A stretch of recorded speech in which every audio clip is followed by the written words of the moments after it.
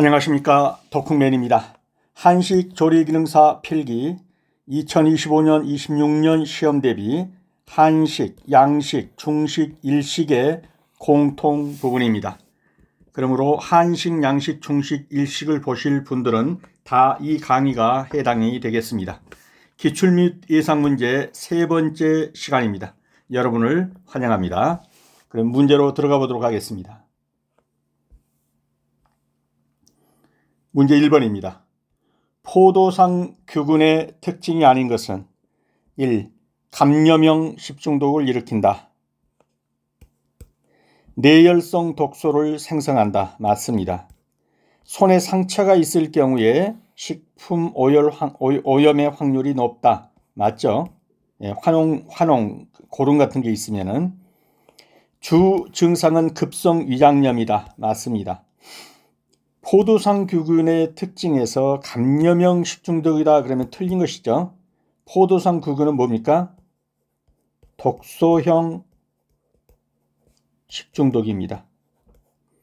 쉽게 말해서 밖에서 음식에 이미 독소를 만들어 놓았습니다. 이것을 사람이 입으로 먹으면 장에 들어가서 이제 어떤 이상을 일으키는 것이죠. 이런 걸 가리켜서 독소형 식중독이라고 합니다. 그래서 포도상 규근은 독소형 식중독입니다. 감염형 식중독은 어떤 균이 안에 들어가서 그 사람 속에서 독소를 생성하는 것, 이것이 이제 감염형이죠. 근데 포도상 규근은 독소형 식중독으로서 이미 밖에서 음식에다가 독소를 만들어낸 거, 그것을 먹고서 식중독에 걸리는 겁니다. 그래서 포도상 규근은 독소형 식중독이다, 감염형 식중독이다 그랬으니까 틀린 것이고 정답이 되겠습니다. 문제 2번입니다. 용어와 그 내용이 잘못 설명된 것은 부패, 식품이 미생물에 의해 분해되어 유해물질이 생성되는 현상 맞습니다. 발효, 화학물질에 의해 식품의 유기화합물이 분해되는 현상. 산패, 유지성분이 기름이 공기 중에서 산소와 결합해 가지고 산화되는 것, 이것을 산패라고 합니다. 변패, 단백질 이외의 성분, 즉 당질이나 지방질이 미생물의 작용으로 변질되는 것, 이것을 변패라고 한다. 이것도 맞습니다. 부패도 맞고. 그럼 이제 틀린 것은 2번일 텐데요. 2번에서 어디가 틀렸는지 감이 오십니까? 발효, 화학물질에 의해 식품의 유기화합물이 분해되는 현상이다. 틀렸죠? 어디가 틀렸습니까? 화학물질에 의해서가 아니라 미생물에 의해서.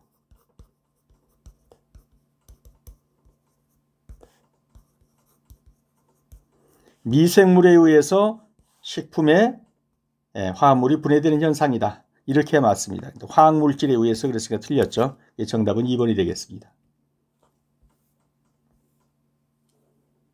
그래서 발효란 탄수화물이 미생물의 분해작용을 받아서 유기산 알코올 등이 생성되는 현상으로 식생활에 유용하게 이용된다. 그래서 발효는 화학물질에 의해서 이런 분해되는 현상이 아니라 미생물의 분해작용을 받아가지고 생성되는 것, 유기산 알코올 등이 생성되는 것, 이걸 가리켜서 발효라고 합니다. 다음 문제 3번입니다. 식품의 변질에 관계하는 세균의 발효를 억제하는 조건.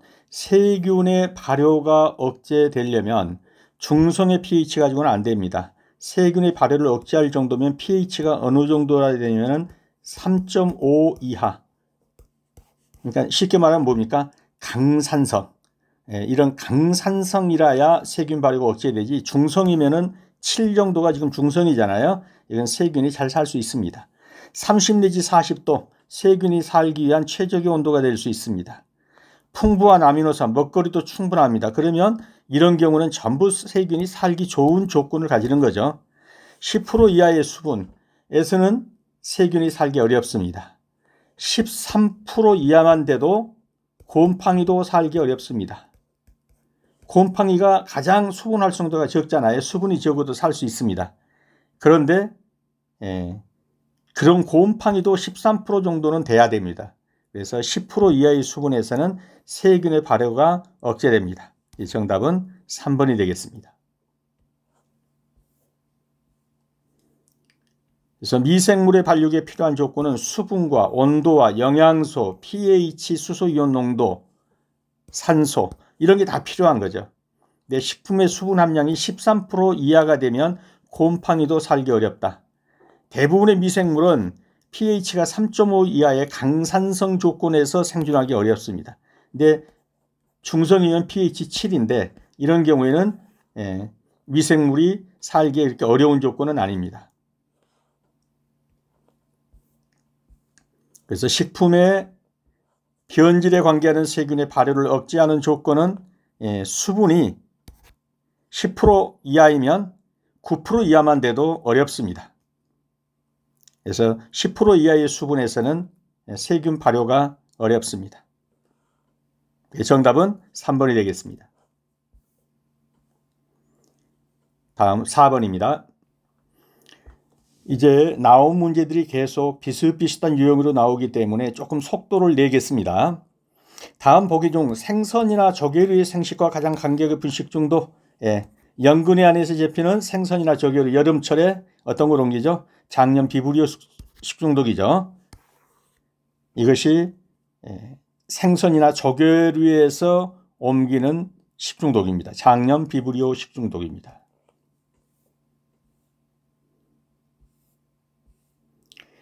다음 보고의 부위 중 독소의 양이 가장 많은 곳은, 독소의 양이 가장 많은 곳, 난소죠. 그 다음에 알, 그리고 간, 그리고 뭐 껍데기, 이런 식으로 되죠. 보고의 독은 테트로도톡신이고요. 그래서 보고의 부위 중에서 독이 가장 많은 부위는 난소입니다. 보고의 난소, 그 다음에 알, 그 다음에 간, 그 다음에 껍데기, 이렇게 테트로도톡신이 난소에 가장 많이 들어있고 언제? 산란기인 5, 6월에 독이 가장 강합니다. 문제 6번입니다. 감자의 발화 부위와 녹색 부위에 있는 자연독, 감자는 어떤 거죠? 솔라닌이죠. 감자의 독은 솔라닌입니다.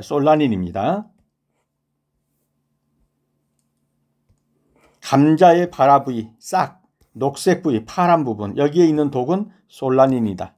에르고톡신은 맥각 중독입니다. 맥각. 무스카린은 독버섯, 테트로도톡신은 보고 독 중독입니다. 다음, 식품위생법상 소분 판매할 수 있는 식품은 통조림 소분 판매 못하죠. 벌꿀 할 수 있습니다. 어육 제품 못합니다. 레토르트 식품도 못하죠. 이 어육 제품은 이제 말이 많습니다. 이게 소분 판매할 수 있게 해달라. 그런데 현재 법으로서는 못하는 걸로 되어 있습니다. 소분 판매가 뭡니까? 덜어서 나누어서 파는 거죠. 통조림 한번 뜯은 다음에 나눠서 팔 수 있나요? 그러면 안 되겠죠.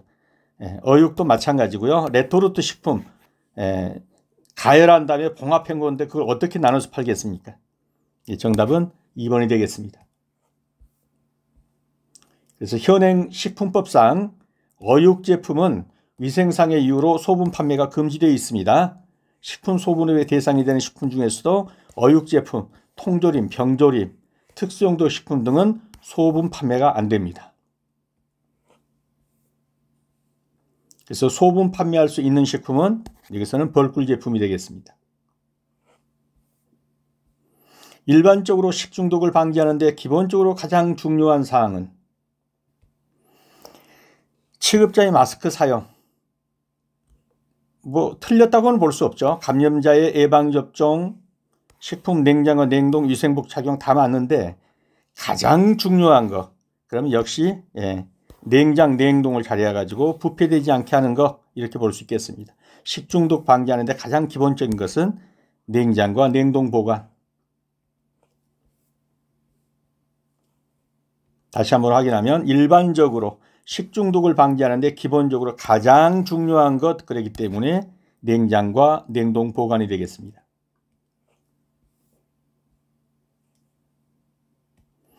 다음 식품에 있어서 부패의 정도를 판단하는 것과 거리가 먼 것은 아크롤레인, 트리메타라민, 휘발성 염기일수, 생균수, 이거는 전부 신선도 측정하는 거죠. 근데 아크롤레인은 뭡니까? 발연점 이상에서 그 기름 타는 거, 매캐한 냄새 나는 거, 그게 아크롤레인입니다. 그래서 부패의 정도와는 관계가 없죠. 1번이 정답이 되겠습니다. 식품에 있어서 부패의 정도를 판단하는 것과 거리가 먼 것, 아크롤레인. 발연점 이상에서 기름이 분해될 때 생기는 물질로서 매캐한 냄새 나는 기름 타는 냄새, 이것이 아크롤레인입니다.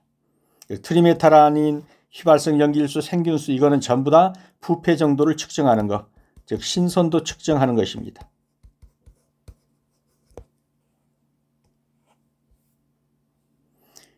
10번입니다. 동물 도사로 산소 공급이 중지되어 죽으니까 이제 산소 공급이 안 되죠. 그때 근육 수축이 일어나서 이제 경직, 뻣뻣하게 되는 거죠. 이것을 뭐라고 합니까? 죽은 후에 경직됐다. 사후 경직입니다.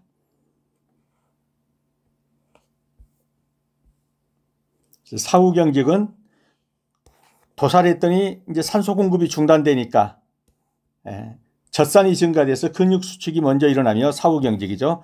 그 다음 단계에서는 근육 내 단백질 분해 효소에 의해서 근육 단백질이 분해되는 자기 소화, 이게 숙성이죠. 이제 부드러워지는 거예요, 다시. 이후 미생물에 의해서 그 다음에는 이제 변질이 들어가게 됩니다. 그래서 먼저 사후 경직이 일어나고 뻣뻣해지죠. 시간이 지나면서 부드러워지는 현상이 일어나는 거예요, 연화가. 이걸 자기 소화라고 하는 거예요, 자기 소화.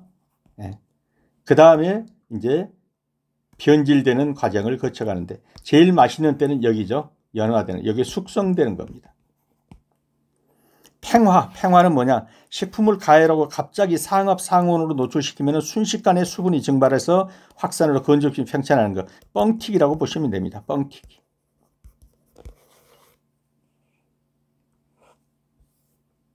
그래서 동물을 도살한 후 산소 공급이 중단되어 근육 수축이 일어나 경직되는 거, 죽은 다음에 도살, 후 경직된다. 사후 경직.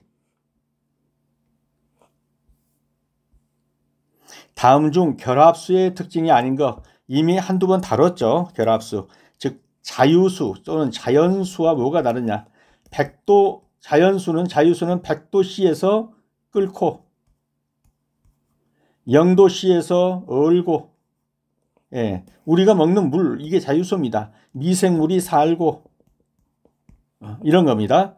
그런데 밀도가 결합수가 되면은 밀도가 더 큽니다. 맞고요. 식품에서 미생물이 번식과 발화에 이용되지 못합니다. 맞습니다. 그 다음에 용질에 대해서 용매로 녹이지도 못해요. 결합수에다 소금 넣고 설탕 넣는다고 해서 녹지 않습니다. 용매로 작용하지 않습니다. 대기 중에서 100도씨로 가려면 쉽게 수증기가 된다. 이건 지금 자유수에 대한 설명이죠. 그래서 정답은 결합수가 아닙니다. 4번이 되겠습니다. 그래서 대기 중에서 100도씨로 가열하면 수증기가 되고 0도씨가 되면 얼고, 이거는 자유수 또는 자연수. 이거는 전부 지금 결합수에 대한 설명이 되겠습니다. 어떤 단백질의 질소 함량이 18%라면 이 단백질의 질소 계수는 얼마인가? 질소 계수 1 나누기 0.18로 하든지 100 나누기 18로 하든지 이렇게 하면 뭐가 나오죠? 질소 계수가 나오죠. 그렇게 계산해 보면 얼마가 되나요? 5.56이 나올 겁니다. 질소 계수는 여기서는 질소 함량이 18%라고 그랬으니까 1 나누기 0.18 이렇게 해도 되고 100으로 하면 18로 나눠주고 그러면 5.56이 나옵니다. 질소 계수. 인분을 사용한 밭에서 특히 경피적 감염, 피부를 뚫고 들어온다는 거예요. 인분을 사용한 밭에서 맨발로 채소밭을 가꿀 때 피부를 뚫고 들어오는 기생충 뭡니까? 그렇죠. 십이지장충, 이걸 구충이라고도 하죠.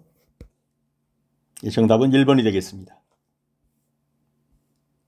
인분을 사용한 밭에서 피부를 뚫고 들어오는 거 경피도 되고 경구도 됩니다. 12지장충 또는 구충입니다. 14번입니다. 다음 중 분변 소독에 가장 적합한 거, 분변 소독. 이게 지금은 많이 없죠. 재래식 화장실 변소. 예, 뭐 구더기 생기고 이럴 때. 여기에 분변 소독에 가장 많이 쓰는 게 뭐죠? 예, 생석회입니다. 그래서 분변 소독에 가장 적합한 거 생석회.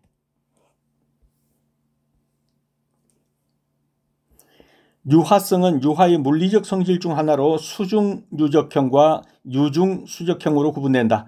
유중수적형에 해당되는 것.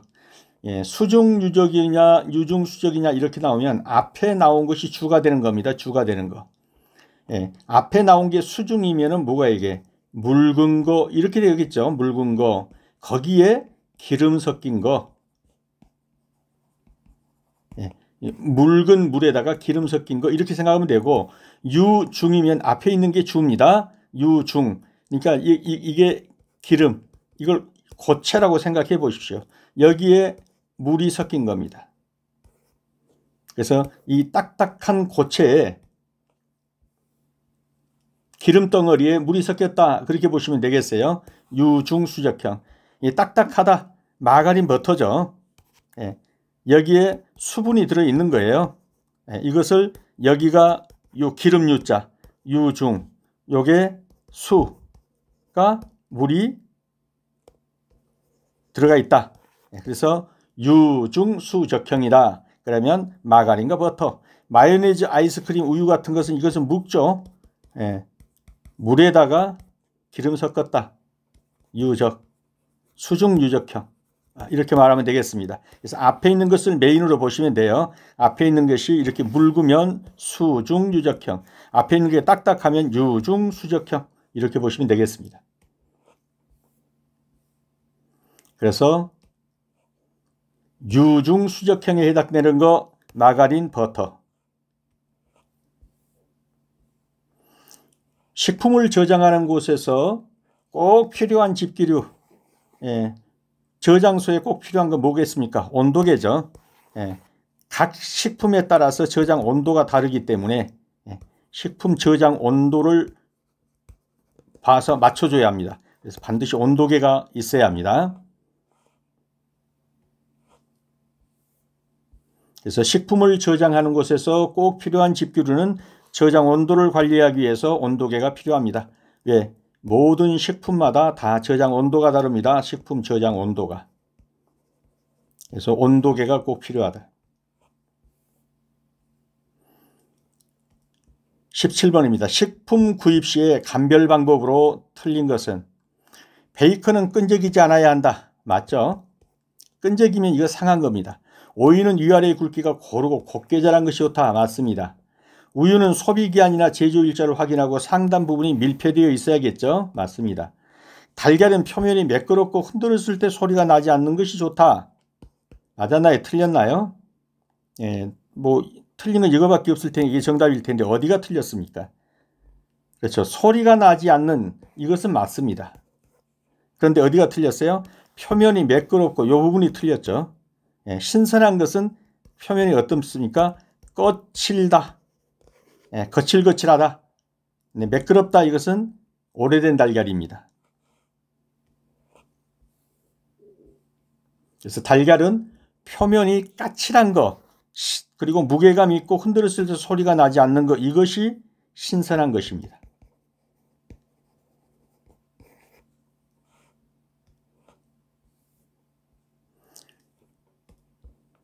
18번입니다. 생식기능 유지와 노화 방지에 효과가 있고 화학명이 토코페롤이다. 예, 다른 거 모른다 할지라도 토코페롤 그러면 비타민 E죠. 예, 비타민 E를 설명하고 있습니다. 비타민 E가 부족하면 정자가 생기지 않거나 또는 임신이 되질 않거나 이런 생식기능과 관계가 있고, 또 노화 방지, 이거 관계가 있다. 토코페롤 비타민, 그러면 비타민 E가 되겠습니다. 그래서 비타민 E가 부족하면 노화, 불임, 무정자증 이런 게 생기는 겁니다. 토코페롤 그러면 비타민 E.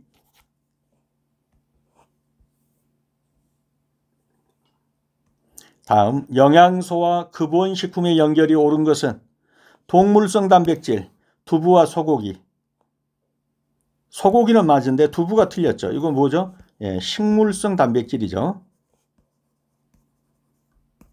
그래서 틀린 것이고, 비타민 A, 당근은 맞죠? 근데 미역이 아니죠. 필수 지방산, 대두유는 맞는데 버터는 불포화 지방이죠. 이게 포화 지방이죠. 죄송합니다. 칼슘, 우유, 치즈. 정답은 4번이죠. 우유와 치즈에 가장 많이 들어있는 게 칼슘입니다. 다시 한번 확인하겠습니다. 동물성 단백질에서 두부는 식물성 단백질이고, 비타민 A에서 당근은 비타민 A가 많이 들어있는데, 미역은 칼슘과 철분과 아이오딘, 미역에 많은 건 비타민 A가 아니라는 거죠. 필수 지방산에서 대두유, 버터 그랬는데 대두유는 맞는데 버터는 이게 필수 지방산은 불포화 지방산이잖아요. 근데 버터는 포화 지방산이란 말이에요. 그래서 틀린 것이죠. 우유와 치즈는 칼슘이 주 근원이 맞습니다. 그래서 정답은 4번이 되겠습니다. 문제 20번입니다. 박력분에 대한 설명 중 옳은 것은 밀가루가 이 글루텐이 많냐 적으냐에 따라서 가장 끈끈한 것을 우리가 강력분이라고 그러고, 중간이 중력분, 그 다음에 끈끈하지 않는 것을 우리가 박력분 이렇게 말을 하죠. 강력분은 주로 빵 이런 거 만들 때 쓰고, 중력분은 우동, 짜장면 이런 거 만들 때 쓰는 게 중력분 쓰는 거죠. 박력분은 잘 부서지는 거죠. 쿠키 이런 과자 툭툭 부서지는 거, 힘이 없는 거 박력분. 글루텐의 탄성과 점성이 강하다? 박력분인데 강하면 안 되죠. 글루텐의 탄력 점성이 강하다, 이건 지금 강력분을 얘기하는 거예요.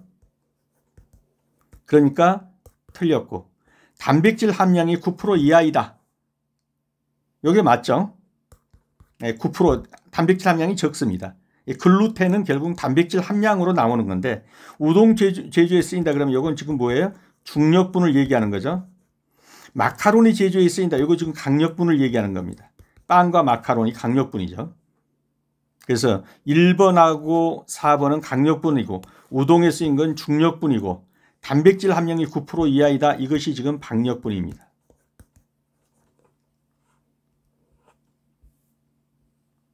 그래서 다시 한번 더 살펴보도록 하겠습니다.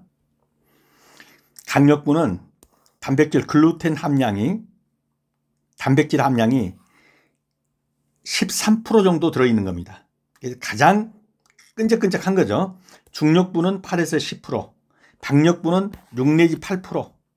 글루텐이, 즉 단백질이 가장 적은 겁니다. 그래서 단백질 함량에 따라서 밀가루의 질감이 달라진다. 박력분 거의 13% 들어있는 거예요. 빵처럼 쫄깃하고 탄력 있는 식감이 필요한 거, 중력분, 우동이나 짬뽕 이런 데 들어가는 면, 이것이 중력분이고, 글루텐 함량은 8 내지 10%고, 박력분, 쿠키나 케이크처럼 부드럽고 바삭하고 잘 부서지는 거, 이런 데 제과에 쓰이는 거, 이게 박력분입니다. 단백질 함량이 6 내지 8%로 가장 낮은 거.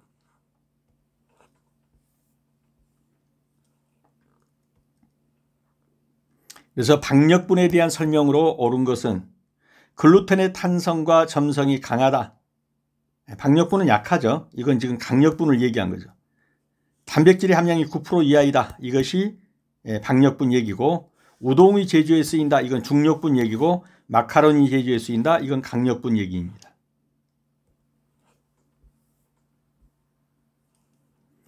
(21번입니다) 공중보건에 대한 설명으로 틀린 것은 주요 사업 대상은 개인의 질병 치료이다? 잘 모르겠습니다. 공중보건의 최소 단위는 지역사회죠.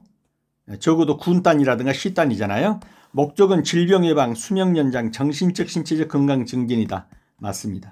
공중보건학에는 환경위생의 개선, 감염병 관리 등이 포함된다. 맞죠? 틀린 것은 이거밖에 없을 텐데 어디가 틀렸나요? 개인의 질병 치료, 이것은 뭐 병은 의원이고, 이 공중보고 말 그대로 공중이잖아요. 이게 집단이죠, 집단. 집단의 사람들, 이런 말이에요. 공중. 그래서 개인의 질병 치료가 목적은 아닙니다. 집단의 사람들에 대한 치료, 이런 개념이라는 거죠. 그래서 공중보고는 주요 사업 대상이 개인 질병 치료이다 그러면 틀린 겁니다. 주요 사업 대상이 개인이 아닌 지역사회 집단 인간 집단, 그 지역에 살고 있는 전체 그 사람 집단, 그래서 개인 질병 치료가 아니라는 건 22번입니다. 생선의 조리 방법에 대한 설명으로 틀린 것은 생강과 술은 비린내를 없애는 용도로 사용됩니다. 맞습니다. 처음에 가열할 때 수분과는 뚜껑을 약간 열어 비린내를 휘발시킨다. 맞습니다. 신선도가 약간 저하된 생선은 조미료를 비교적 약하게 해서 끓인다. 잘 모르겠습니다. 생선 조림 시 모양을 유지하고 맛성분을 유출되는 걸 방지하기 위해서 간장이 끓어오를 때 생선을 넣는다. 맞습니다. 처음부터 넣고 끓여대면 찬물에 넣고 끓이면 질겨지고 맛이 없습니다. 간장이 끓어오를 때, 양념이 끓어오를 때 생선을 넣는 것이 맛있습니다. 자, 그러면 3번이 틀렸을 텐데 어디가 틀렸나요? 신선도가 약한 거, 약간 부패됐다든가 이런 거는 조미료를 비교적 약하게 넣는다가 아니고 양념을, 강한 양념을 넣습니다. 그래서 이 강한 양념이 약간의 그런 그 상한 냄새 같은 것을 상수시켜 버리는 거죠. 그래서 약한 양념이 아니라 강한 양념을 넣는다. 그래서 정답은 강한 양념 조미료를 넣고 끓인다. 그래서 비교적 조미료를 약하게 하여 그랬으니까 틀린 것입니다. 23번입니다. 녹색 채소를 데칠 때 색을 선명하게 하고자 한다. 그럴 때 조리 방법으로 부적합한 것은 휘발성 유기산을 휘발시키기 위해 뚜껑을 열고 끓는 물에 데친다. 맞습니다. 조리수의 양을 최소로 하여 영양분의 수출을 막는다. 잘 모르겠습니다. 살을 희석시키기 위해 조리수를 다량으로 사용하여 데친다. 맞죠? 섬유소가 알맞게 이어내지면 가열을 중지하고 냉수에 헹군다. 맞습니다. 그러면 틀린 것은 이걸 텐데 어디가 틀렸습니까? 조리수의 양을 최소로 하여, 이분이 틀렸죠. 다량의 물을 사용해야 합니다. 그렇게 해서 빠른 시간 내에 데쳐내야 색소도 살고 영양분의 유출도 막습니다. 정답은 2번입니다. 다시 한번 보겠습니다.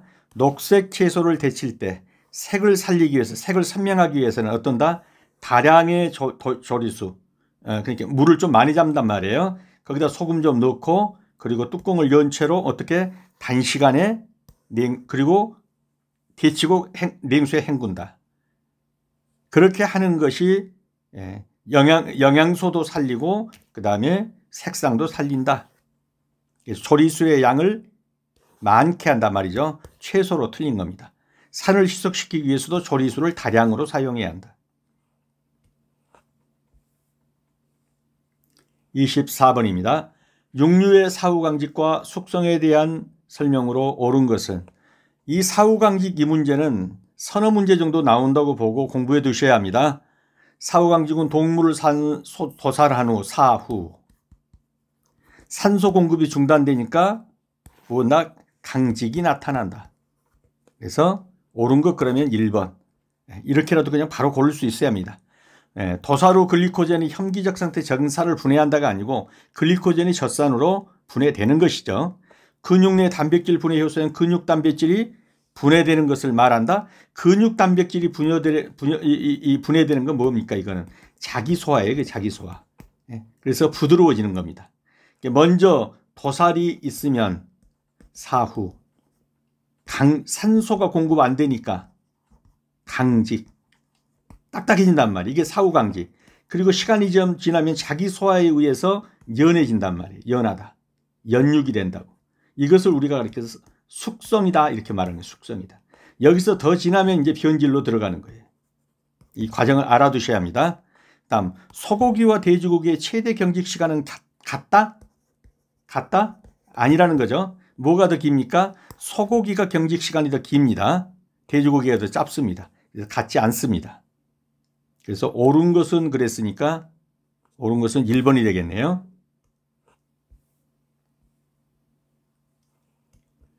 자, 사후강직은 동물을 도살한 후에 상소 공급이 중단되어서 뻣뻣하게 된다, 강직하게 된다. 이게 사후강직입니다. 도살 후 글리코젠이 형기적 상태에 젖산을 분해한다. 어디가 틀렸어요? 젖산을 분해하는 것이 아니라 젖산으로 분해되는 거예요. 젖산이 되는 거예요. 근육 내 단백질 분해 요소에 근육 단백질이 분해된다. 이건 사후강직이 아니죠. 뭡니까? 자기 소화란 말이에요. 자기 소화. 근육 내 단백질 분해 요소에서 근육 단백질이 분해돼서 이제 숙성되는 과정. 이게 자기 소화입니다. 소고기와 돼지고기의 최대 경직 시간은 같지 않습니다. 소고기의 최대 경직 시간이 돼지고기보다 어떠다? 길다. 다음 소고기의 부위 중 탕, 스튜, 찜 조리에 가장 적합한 부위는 탕이나 스튜나 찜 이런 것에 들어가는 것이 뭐죠? 사태죠. 사태탕이죠. 사태탕. 양지는 주로 전골에 쓰이고 설도는 육회 같은 거, 안심은 안심구이죠. 등심구이, 안심구이. 그래서 탕으로 많이 우려내는 거 이것은 사태가 되겠습니다. 소고기 부위를 보시면 이 부분이 사태죠. 이 부분은 탕 같은 걸로 쓰인단 말이에요. 설도 요건 이제 주로 뭐 육회로도 쓰이고 양지 그 다음에 안심구이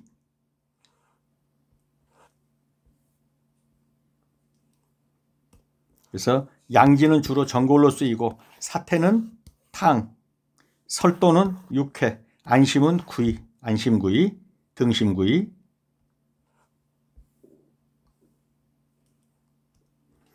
26번입니다. 찹쌀떡이 맵쌀떡보다 더 늦게 굳는 이유. 맵쌀이 더 빨리 굳죠. 찹쌀이 더 말랑말랑하죠. 이유는 뭡니까? 아밀로펙틴입니다. 아밀로펙틴의 함량이 많으면 노화가 더뎌집니다. 딱딱해지지 않는다는 얘기예요. 근데 찹쌀은 거의 대부분이 아밀로펙틴입니다. 맵쌀은 8:2 정도인데 아밀로펙틴 함량이 약 80이라면 이 찹쌀은 거의 뭐 98% 이 정도가 아밀로펙틴입니다. 그래서 늦게 굳게 됩니다. 아밀로펙틴, 전분의 입자 중 하나로 전분의 노화를 더디게 하는 것, 이것이 아밀로펙틴입니다. 아밀로펙틴이 많을수록 전분의 노화가 억제되어 찰기와 부드러운 식감을 오래 유지한다. 찹쌀떡이 맵쌀떡보다 노화가 느린 이유, 즉 덜 딱딱해진 이유는 아밀로펙틴 함량이 높기 때문이다.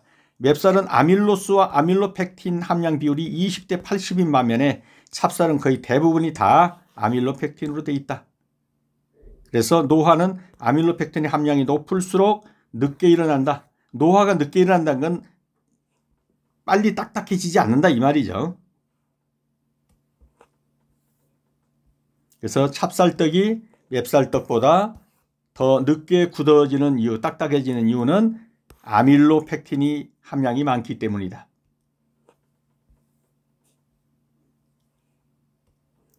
다음 식품 중 직접 가열하는 급속 해동법이 많이 이용되는 것. 해동을 시키는데 실온에 둔다든가 물에 담궈둔다든가 뭐 이런 것이 아니라 바로 그냥 지지고 볶고 또는 전자레인지 돌려서 먹어버린다. 뭐겠습니까? 그렇죠? 냉동 피자죠. 냉동 피자 갖다 바로 레인지 돌려서 먹어버리면 되죠. 직접 가열해 버린다. 해동이. 그래서 냉동 피자가 되겠습니다. 이렇게 하는 건 대부분 다 이제 이 반조리 식품이죠. 반조리 식품 또는 조리된 상태의 냉동 식품은 가열하거나 전자레인지를 이용해서 바로 해동시켜 버립니다. 육류나 어류는 이렇게 하면 안 되죠. 높은 온도에서 해동하게 되면 조직이 상해서 드립, 즉 물이 질질 흐른단 말이에요. 그래서 영양가가 다 빠져나가 버려요. 맛도 푸석푸석해지고. 그래서 이 육류나 어류는 어떻게 합니까?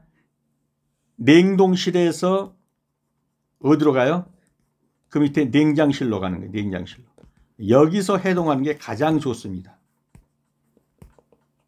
그래서 밀폐한 채 해동하는 게 좋다. 그래서 직접 가열하는 급속 해동 냉동 피자입니다. 하루 필요 열량이 2,500kcal일 경우 이 중에 20% 해당하는 열량을 단백질에서 얻으려고 한다면 필요한 단백질의 양은 얼마인가? 자, 하루에 2,500kcal가 필요한데 이 중에 20% 곱하기 0.2 하면 얼마가 되나요? 500kcal가 되나요? 네, 500kcal. 이 500kcal를 뭐에서 얻겠다는 얘기예요? 단백질에서 얻으려고 한다. 그러면 단백질은 몇 g이냐? 즉 단백질 1g에 몇 kcal의 열량을 나오죠? 4kcal의 열량이 나오죠. 그러니까 500을 나누기 4로 하면 g이 나오겠잖아요. 몇 g이? 네, 그렇게 하면 되는 겁니다. 500을 4로 나누면 얼마죠? 4일은 4, 125가 되나요? 한번 나눠보십시오. 이게 되는지 모르겠네. 답을 한번 봐보겠습니다. 125가 맞네요. 그래서 2,500kcal가 하루가 필요하다. 20%를 단백질에서 얻으려고 한다. 그러면 2,500 곱하기 20% 하면 단백질에서 얻으려고 하는 킬로칼로리가 나오죠. 요 500kcal를 얻으려면 단백질 몇 g이 필요하냐? Xg. 그러면 단백질은 4니까 4kcal가 나오니까 4로 나누면 125g이 필요하다. 그래서 2번이 되겠습니다. 요 산식을 보시고 한번 다 풀어보시기 바랍니다. 다음 비타민C의 파괴율이 가장 적은 조리 방법을 사용한 것은 비타민C는 열에 약하고 햇빛에도 약하고 공기에도 약하고 다 약합니다. 그래서 공기에 많이 노출되고 열에 노출되고 햇빛에 노출되고 다 하면 파괴됩니다. 고사리 묻혔다. 파괴됩니다. 시금치 국 열 들어가면 파괴됩니다. 오이지 오래 놔뒀다. 파괴됩니다. 물에서도 파괴됩니다. 무생채 바로 해갖고 묻힌 거죠. 가장 적게 파괴된 거죠. 그래서 비타민C는 물에 잘 녹는 수용성 비타민이며 열에 약하고 알칼리에 불안정하기 때문에 열을 가하지 않는 조리법이 파괴율이 가장 적습니다. 그래서 그렇게 보면 무생채가 가장 비타민C 파괴율이 적습니다. 자, 기름을 오랫동안 저장하여 산소, 빛, 열에 노출되었을 때 색깔만 냄새 등이 변하게 되는 현상. 자, 기름이 변하는 걸 뭐라고 그러죠? 산패라고 그러죠. 그래서 이거는 뭐 그냥 눈 감고도 풀 수 있어야 합니다. 발효는 뭐라고 그랬죠? 미생물. 미생물의 불의 작용으로 알코올 등 각종 유기산, 이산화탄소 등을 생성하는 현상. 부패는 단백질 식품이 미생물의 작용에 의해서 분해돼서 악취가 나고 인체에 유해한 물질이 나오는 것. 후라는 단백질 식품이 호기성 세균, 즉 산소를 좋아하는 세균에 의해서 변질되는 것. 이것을 가리켜서 후란이라고 합니다. 그래서 기름을 오랫동안 저장했더니 산소나 빛이나 열에 노출돼 가지고 기름이 변질된 거예요. 이런 걸 가리켜서 산패다 이렇게 말을 합니다. 과일이 성숙함에 따라 일어나는 성분 변화가 아닌 것은 과일이 성숙하면 점차로 과육이 연해진다. 맞죠? 엽록소가 분해되면서 푸른색이 옅어집니다. 맞습니다. 비타민C와 카로틴 함량이 증가합니다. 맞습니다. 그러니까 틀린 건 이거밖에 없을 텐데 탄닌은 증가한다? 증가가 아니라 감소하죠. 탄닌이 뭐죠 이게? 이게 떫은 맛입니다.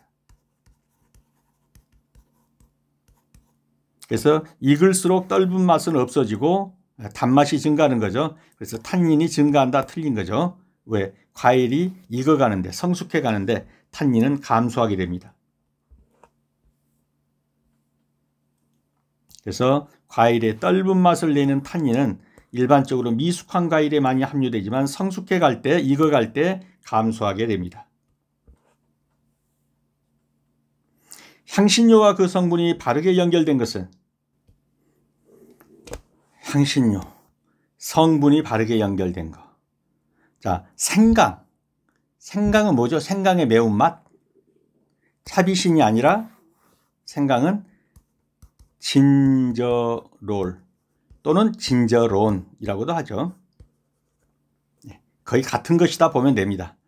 진저론 또는 진저롤, 그 다음에 쇼가올. 쇼가올도 여기에 생강의 매운맛입니다. 그 다음에 겨자는 알리신이 아니라 겨자는 시니그린. 후추는 시니그린이 아니라 후추는 뭐죠? 차비신. 고추, 캡사이신 맞고요. 알리신은 마늘.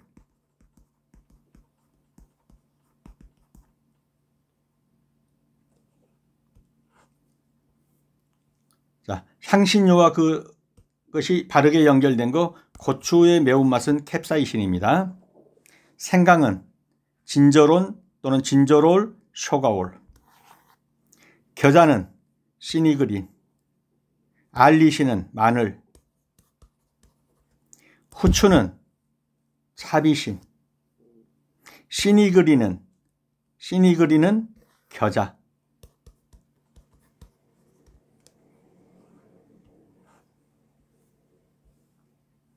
(33번입니다) 신김치로 찌개를 조리할 때 잎의 조직이 단단해지는 주된 이유. 흐물흐물하지 않고 고춧가루와 조직에 침투하기 때문이다. 김치에 함유된 산이 조직을 단단하게 하기 때문이다. 이 답만 정확하게 알고 계십니다. 신김치로 찌개를 했더니 그 김치가 뻣뻣하고 금방 흐물흐물 안 해지고 맛이 있죠. 조직이 단단한 거. 이것은 거기에 들어있는 산이 신김치의 그 산이 조직을 단단하게 하기 때문입니다. 정답은 2번이 되겠습니다.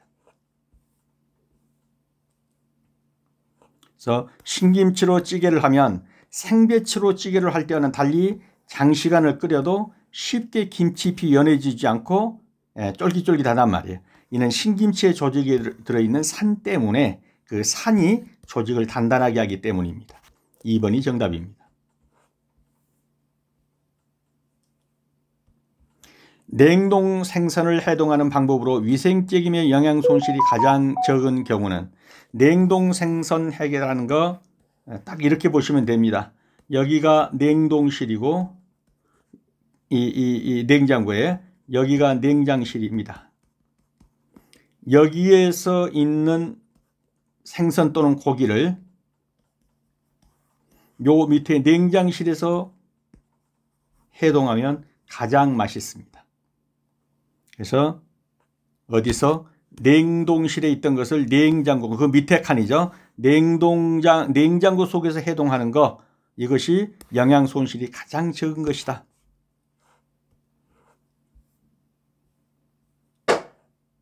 그래서 육류 또는 어류를 해동할 때 실온도 높은 온도에서 해동하게 되면 조직이 상해서 액체, 질질 물이 흐른단 말이에요. 그래서 맛과 영양소가 손실이 된 겁니다. 그래서 제일 좋은 것은 냉동실에서 냉장실로 내려오는 겁니다. 그래서 냉장실에서 해동하는 것이 가장 좋고, 이것이 여의치 않다면 흐르는 냉수에서 필름에 싼 채로 해동하는 것이 좋습니다.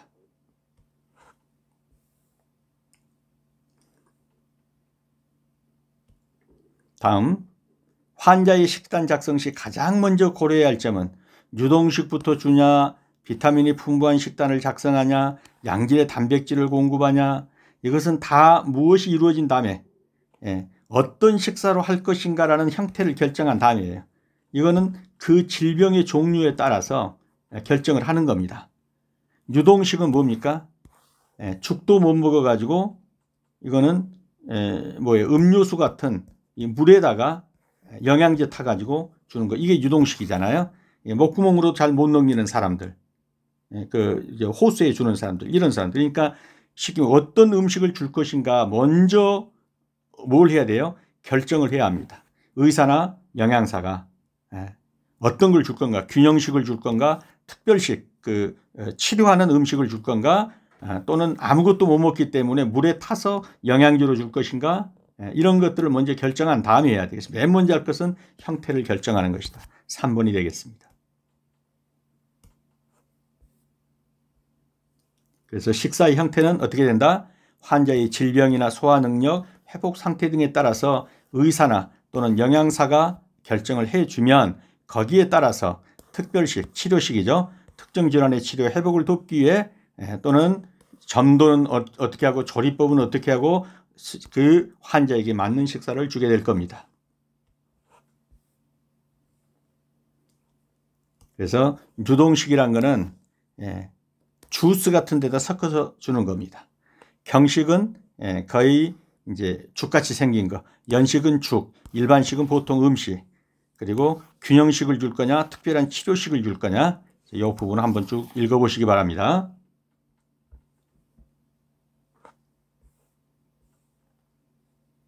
그래서 식단에서 맨 먼저 결정한 것은 식사 형태를 결정해야 합니다. 어떤 식사를 제공해야 될 것인가부터 결정을 해야 합니다. 다음 36번입니다. 식초의 기능에 대한 설명으로 틀린 거. 고사리, 고비 등의 점질물질 제거 맞죠? 우엉, 연근 등의 산화를 촉진시킨다? 잘 모르겠고요. 고구마를 삶을 때 넣으면 고구마 색을 아름답게 합니다. 다시마도 연하게 합니다. 식초니까요. 그러면 틀린 건 이걸 건데 어디가 틀렸나요? 우엉이나 연근 등의 산화를 촉진시킨다가 아닙니다. 산화를 방지한다, 예방한다, 지연시킨다, 이래야 맞습니다. 우엉이나 연근을 까가지고요, 식초에 물에 담궈 놓게 되면 갈색 변화가 안 되죠. 즉 쉽게 산화가 안 되기 때문이에요. 그래서 갈변을 방지하는 데도 쓰는 겁니다.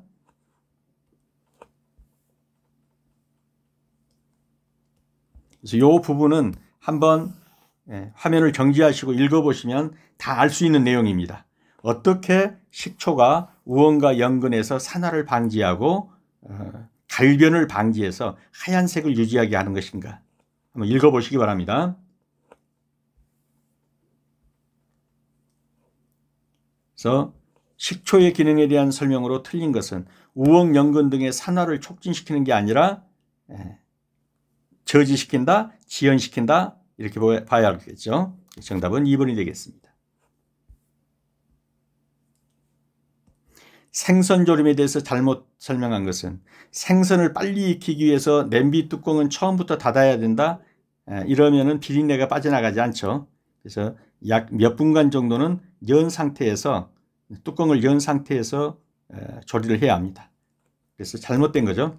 생강이나 마늘은 비린내를 없애는 데 좋습니다. 가열 시간이 너무 길면 어육에서 탈수장염이 일어나서 맛이 없고 뻣뻣하죠. 맞죠? 가시가 많은 생선을 조릴 때는 식초를 좀 넣고 하면은 뼈째 먹을 수가 있습니다. 그래서 정답은 1번이 되겠네요. 아무리 빨리 익히고 싶어도 처음 몇 분 정도는 뚜껑을 열어놓은 채 조리를 해야 냄새가 빠져나갑니다.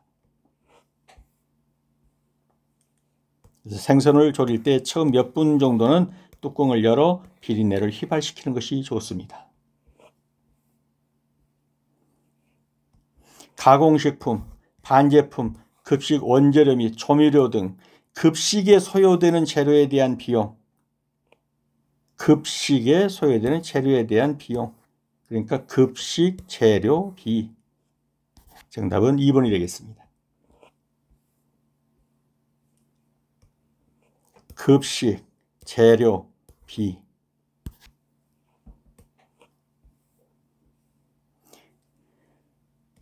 다음은 중 배식하기 전 음식이 식지 않도록 보관하는 온장고. 온장고 온도가 몇 도죠? 65도, 70도입니다. 원장고 온도는 65 내지 70도에서 서너 시간 정도 보온 시간입니다. 구이에 의한 식품 변화 중 틀린 거. 구이. 살이 단단해진다. 뻣뻣해지거나 단단해지죠. 구우면. 기름이 녹아 나오죠. 수용성 성분의 유출이 매우 크다. 식욕을 돋구는 맛있는 냄새. 그 구이집 앞 그냥 지나가기 힘들죠. 고소한 냄새 때문에. 그러면 틀린 것은 3번일 텐데요. 자, 수용성 성분은 뭡니까? 물하고 닿아야 녹아서 나오는 겁니다. 근데 구이니까 물하고 닿은 게 없잖아요. 기름은 빠져나오지만 수용성 성분이 나오는 건 아니죠. 그래서 틀린 것이 되겠습니다.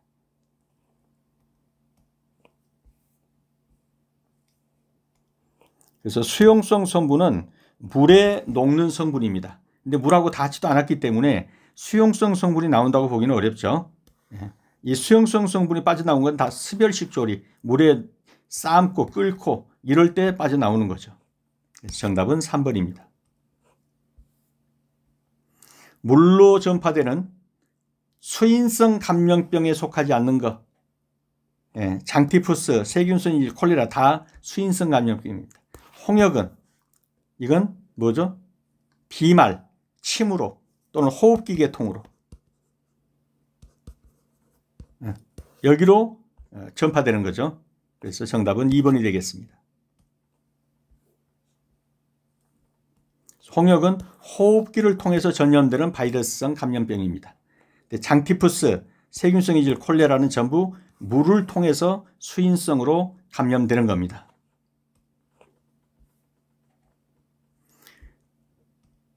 42번입니다. 수질의 오염 정도를 파악하기 위해서 생화학적 산소, 즉 BOD라는 걸 사용하죠. 이걸 측정할 때 일반적인 온도와 측정 기간은 즉 몇 도씨에서 며칠간 이 말이죠. 몇 도씨에서 며칠간 측정을 합니까? BOD 측정하기 위해서 20도씨에서 5일간입니다. 그래서 수질 오염 BOD 측정 20도씨에서 5일간 측정한다. 43번입니다. 대기오염을 일으키는 요인으로 가장 영향력이 큰 것. 대기오염. 답부터 말씀드리면 기온 역전입니다. 기온 역전이란 건 뭡니까? 요 위의 공기는 차갑고 요 땅의 공기는 덥습니다. 이러면 더운 공기는 위로 올라가고 차가운 공기는 더운 데로 내려옵니다. 이렇게 해서 대류 현상이 일어나죠.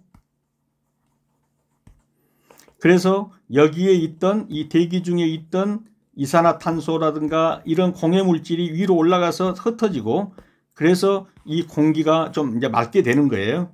근데 기온 역전이란 건 땅이 차갑고 요 위가 더워요. 그래서 이 대류 현상이 일어나지 않습니다. 그래서 여기에 있는 이 대기 중에 있는 오염물질이 위로 올라가서 흩어져 주지를 못하는 거예요.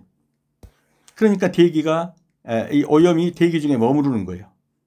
그래서 대기 오염을 일으키는 가장 큰 요인은 기온 역전일 때입니다. 이해가 되셨나요? 자, 한 번 더 봅니다. 기온 역전은 일반적으로 고도가 높아지면 어떻습니까? 거기는 기온이 낮죠. 이 대기구조와 달리 어떤 특정 조건에서 하층보다도 상층의 공기가 더 따뜻해요. 그래서 올라가고 내려오는 대류 현상이 안 일어난단 말이에요. 그러니까 여기에 잔뜩 있는 오염된 공기가 위로 올라가서 흩어져 주지를 못하니까 대기오염이 심한 거예요. 이로 인해서 대기오염 물질이 쉽게 퍼지지 않고 여기에 갇히게 되어서 대기오염이 심화될 수 있다. 주로 바람이 없는 밤부터 새벽 사이에 지표면이 빠르게 냉각되면 올라가서 흩어지지 못하는 이런 성격이 있다. 그래서 잘 이해가 안 가셨다면 한 번 더 읽으면서 꼭 이해를 해 주시기 바랍니다. 그래서 대기오염을 일으키는 가장 강력한 영향이 큰 것은 기온 역전 현상일 때입니다. 식품에서 44번입니다. 식품에서 자연적으로 발생하는 유독물질을 통해서 식중독을 일으킬 수 있는 식품과 가장 거리가 먼 것은? 자, 피마자는 리신이라는 독소가 있죠.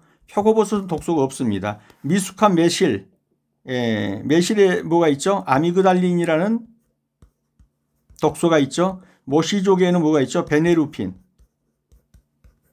이런 독소가 있습니다. 독소가 없는 거 그러면 2번이 되겠습니다. 그래서 자연적으로 나오는 거, 이걸 우리가 가르쳐서 자연독이라고 그러죠. 자연독의 피마자는 리신, 미숙한 매실은 아미그달린, 모시조개는 베네루핀. 근데 표고버섯에서는 이런 자연독은 없다. 그래서 2번이 정답이 되겠습니다. 45번입니다.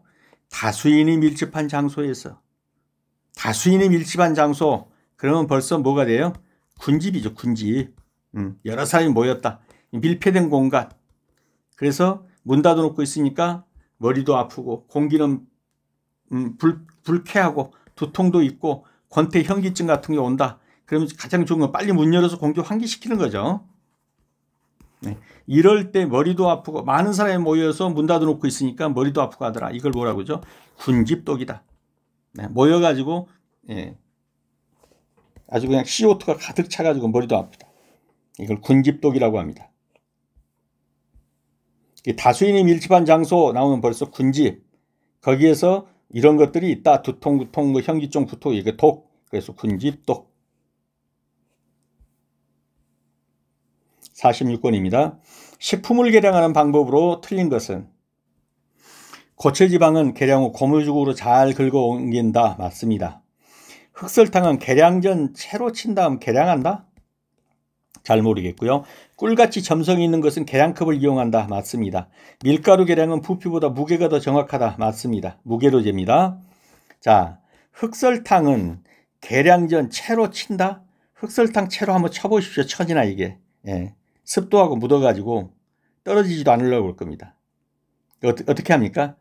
계량컵 같은 데다 흑설탕 집어넣고 꼭꼭 누른 다음에 밀대로 싹 밉니다. 요게 한 컵이 되는 게 한 컵이. 꽉꽉 눌러서. 채로 친 다음 이런 게 아니죠. 그래서 2번이 되겠습니다. 그래서 흑설탕이나 황설탕은 모양이 유지될 정도로 계량컵에 어떻게 한다? 꼭꼭 눌러 담아 컵의 위를 평면으로 쑥 깎아버린다. 쑥 깎아버린다. 그것을 한 컵으로 계량한다. 그래서 계량 전 채로 친 다음 이런 거 아니다. 2번이 정답이 되겠습니다. 47번입니다. 지역사회나 국가사회의 보건 수준, 그 나라의 보건 수준이 어떤가 알아보려면 뭐 알아보면 됩니까? 영아 사망률입니다. 영아란 영세 아이입니다. 1년 미만의, 생후 1년 미만의 죽는 아이. 아달프지만 이것이 영아 사망률이에요.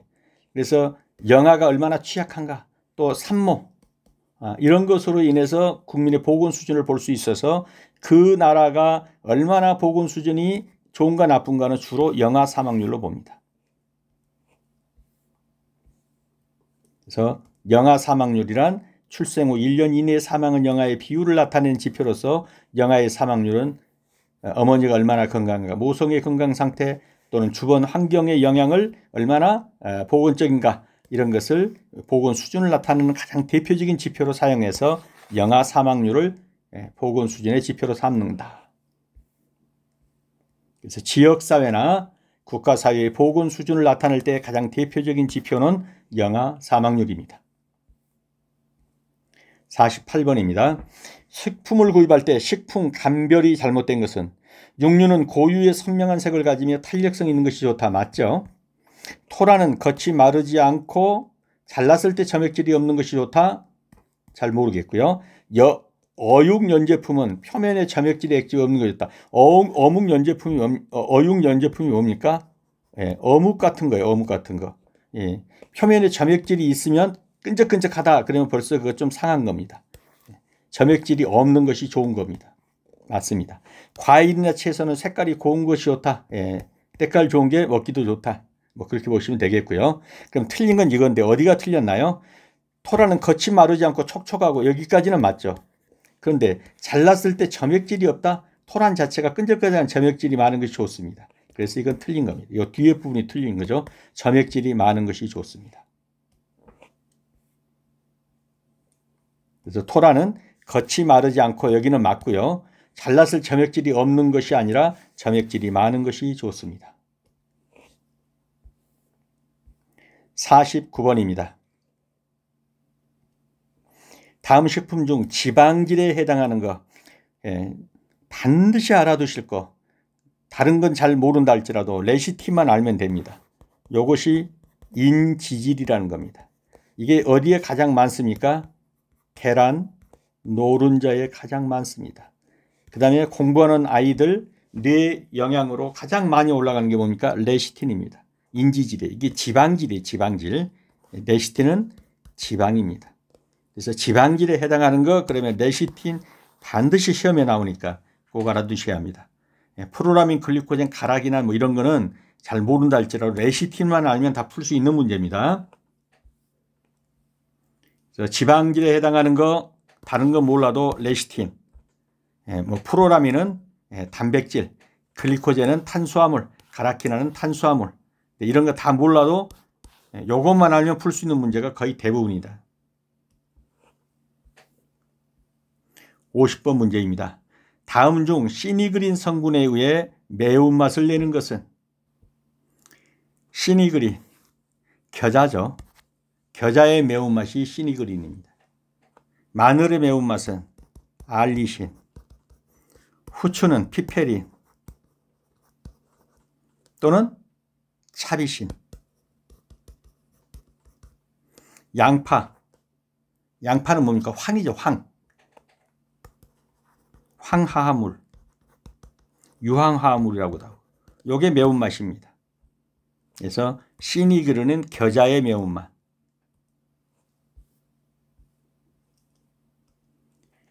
다음 작품 중 식품으로 고쳐주십시오. 다음 식품 중 시니그린 성분에 의해 매운맛을 내는 것은 겨자입니다. 마늘은 매운맛이 알리신, 후추는 피페린 차비신, 양파는 황화합물. 네, 조리기능사 교재 구입을 원하시는 분은 영상 아래 링크를 클릭하셔서 쿠팡에 들어가셔서 구입하실 수 있습니다. 네, 수업하시느라 수고 많으셨습니다. 다음 시간에 다시 뵙겠습니다. 감사합니다.